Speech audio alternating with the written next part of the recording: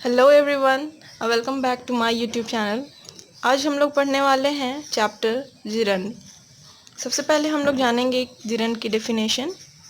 When we use ing in a word that is verb and the verb behaves like a noun, the ing used word is known as gerund. जब भी हम किसी verb में ing as a suffix use करते हैं और वो verb की तरह बिहेव ना करके एक नाउन की तरह बिहेव करने लगता है, तब हम उस वर्ड को जिरंड कहते हैं। अब इस जिरंड का यूज़ क्या क्या होता है वो हम पढ़ेंगे। The first use of gerund. मैं आपको बता दूं कि जिरंड भी नॉन फिनाइट वर्ब का एक रूप है। जैसे हमने नॉन फिनाइट का पहले पढ़ लिया है इन्फिनेटिव, अभी हम जिरंड पढ़ रहे हैं, बाद में हम पार्टिसिपल्स भी पढ़ेंगे।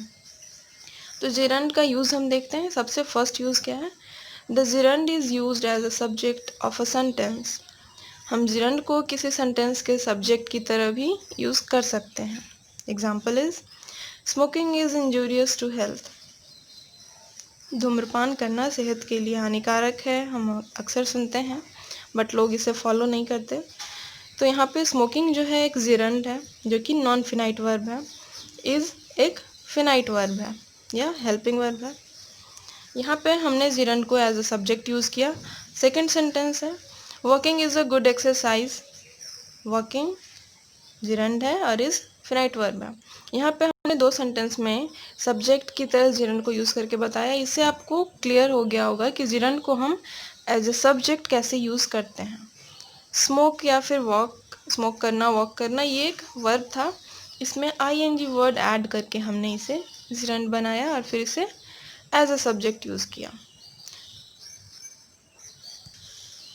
Use two is the gerund is used as an object of a sentence.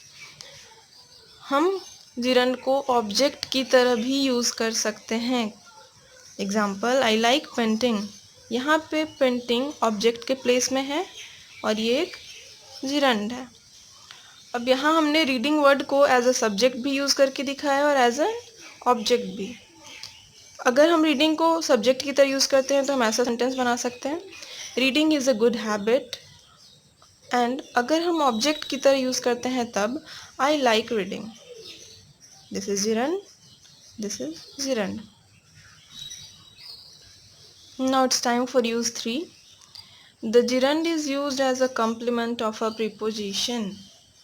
हमने सब्जेक्ट की तरह भी यूज़ किया, ऑब्जेक्ट की तरह भी यूज़ किया, और इसका थर्ड यूज़ है कि हम किसी प्रीपोजिशन के कॉम्प्लीमेंट के रूप में भी जिरंड को यूज़ कर सकते हैं। Examples are he fell into flowing water. Into is a preposition and flowing is a gerund which has been used as a complement for this preposition. Next sentence is he has given up smoking. up एक preposition है, smoking एक gerund है। ये इस preposition के complement के तौर पे हमने यूज़ किया है। Clear? Now it's time for use 4। The gerund is used as a complement of a verb. Gerund को हम किसी वर्ब के कॉम्प्लीमेंट के तौर पे भी यूज़ कर सकते हैं। The sentence is seeing is believing. Seeing is believing.